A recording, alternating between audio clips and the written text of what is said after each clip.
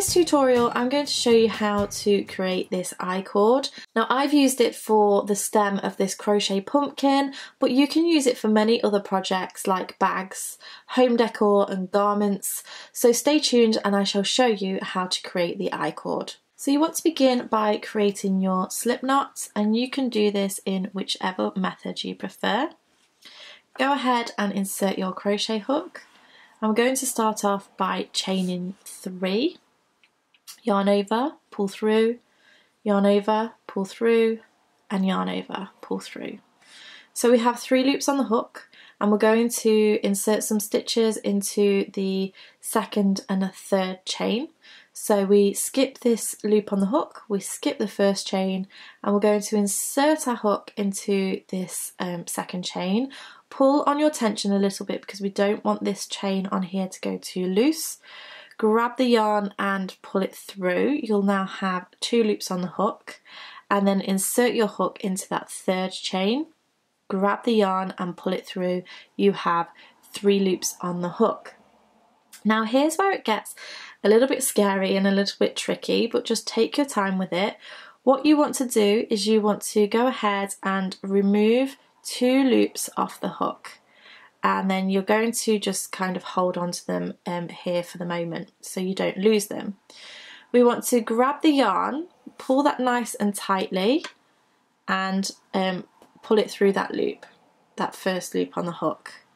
Then what we're going to do is reinsert that second loop onto the hook, grab the yarn and pull it through 1 loop, and then reinsert into the third chain, and then grab the yarn and pull it through that loop.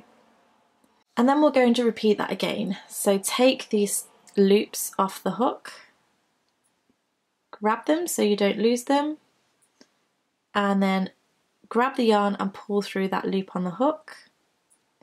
Put that second loop back on the hook, grab the yarn and pull through that loop, and then put that third loop back on the hook and grab the yarn and pull through.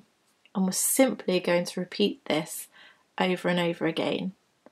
So taking those loops off, pinching them so that you're not losing them, grab the yarn and pull through, put that second loop back on the hook. Remember, it can be a little bit tricky, so just take your time. Yarn over and pull through that loop, and then put the third loop back on the hook and yarn over and pull through that loop. Now for this particular project that I've done, that is all I have done in terms of the stem. I'm going to add a few more rows so that you can see what it looks like when it's a little bit longer, but then what I should do is show you how to finish this off. Okay, so I've added a few more rows to this cord and you can see that it is looking really, really nice. Notice as well with this particular cord you get a little bit more stretch. So if you were using this for a piping on a cushion, for example, you can get a little bit more movement to it, as opposed to the other cord which I have done a tutorial for. I'll leave a link in the description box below. It's a little bit more robust, so it's good for handles and different things like that. So this is how you're going to finish off your cord. You're simply going to yarn over and pull through all of those loops on the hook. And then you can chain 1 and snip off the end and then sew the end into the center of the cord. So I really hope you've enjoyed this tutorial. Don't forget to go back to the pumpkin tutorial if you are creating that. I'll leave a link in the description box below. But don't forget to subscribe to keep up to date with all of my latest videos, and I shall see you again next time. Bye!